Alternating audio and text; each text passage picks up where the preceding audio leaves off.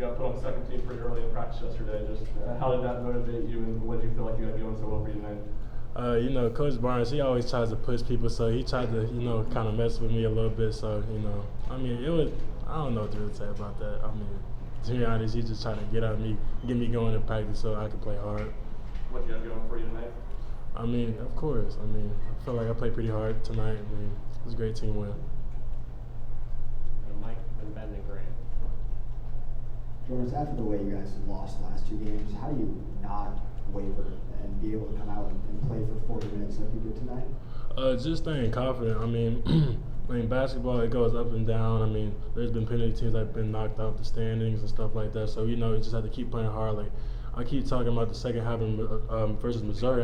If we play like that every game, I feel like nobody can stop us. Jonas, two-part question about defending Brandon Miller. What did you see from Jemai when Jemai was on him, and then from a team perspective, how were you all able to make life tough on him tonight?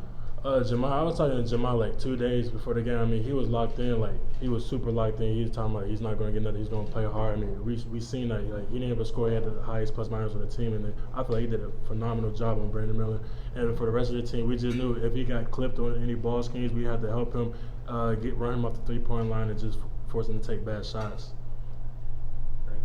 Rick said you guys didn't splinter after the last two games. You guys stayed together. What were the conversations like, I guess, coming off those losses, in the locker room around the team?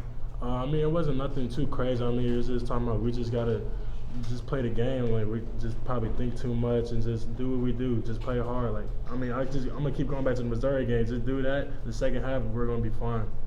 Ryan and Ross.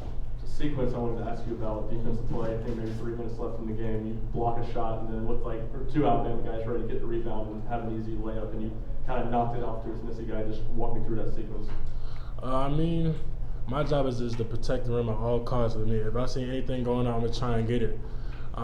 Just making those multiple effort plays that Coach Barnes talked about. That's what I'm gonna try to do it every time. Jonas, what was it like being out there in crunch time tonight, and for a guy who I guess was making your third start of the season, when you picked up your 4th foul late, that was one of the biggest moments of the game. What was it like going from a guy who plays 18 minutes a game to being one of the most important guys on the floor in a game like that? I would just say being more confident, getting comfortable with the game flow. To be honest, I knew I had 4, but it didn't even feel like I had 4 fouls. I'm just going out there playing defense, just doing what Coach telling me to do, to be honest. Jonas, tonight's obviously a big win, but now you have a quick turnaround and head up north to face a rival. Just how do you all make sure you don't allow this to linger and affect Saturday's performance? We can't get comfortable. Anything can happen, so we just got to go in there and just fight. We got to get them back.